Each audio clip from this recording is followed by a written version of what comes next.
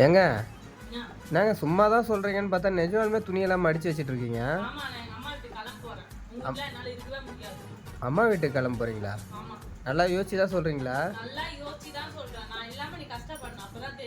திருப்பி வர மாட்டீங்க? மட்டன் பிரியாணி வாங்கிட்டு வந்தால் கூட வேணாமா? பாதி மனசா சொல்கிற மாதிரி இருக்கு. சரி ஒரே நிமிஷம் இருங்க, ஒரு ஃபோன் பண்ணிட்டு வரேன். ஹலோ மச்சி.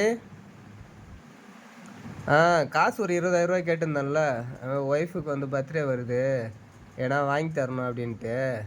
அது வேணாம் மச்சி, ஓகேவா? ஆமாம் ஆமாம், வேணாம் அது சும்மா அவங்களுக்கு பிறந்தநாள் டேட்டு தள்ளி போயிடுச்சு பொழுது, தள்ளி போல், அதாவது எதுவும் வேணாம் அப்படின்ற மாதிரி சொல்லிட்டாங்க ரோசமா, அதனால் வேணாம் மச்சி. என்னங்க என்ன கால்லாம் பூச்சின்னுக்கிறீங்க? கால் வலிக்குதுன்னு சொன்னீங்கல்ல?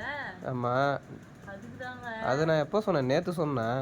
இருந்தாலும் இப்போ வலிக்கும்ல. ஆமாம், அதுக்காக. அம்மா வீட்டுக்கு போகிறேன், நீங்கள் துணியை வேற எங்கேயே போட்டிங்களா துணியா?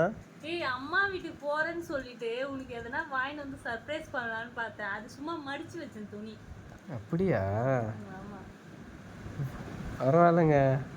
சிவாஜி கணேசன் இல்லைன்ட்டு எல்லாரும் கஷ்டப்படுறாங்க, நீங்கள் ஒரு பெண் சிவாஜி இருக்கீங்க. வெரி வெரி நைஸுங்க, ஸோ ஸ்வீட்டுங்க. உங்கள் ஃபோன் பண்ணி காசு கேட்டுருவா 20,000 திருப்பி. கேட்டுருங்க. தெரியுது, இப்போ தெரியுது. 32 பள்ளம் தெரியுது இப்போ.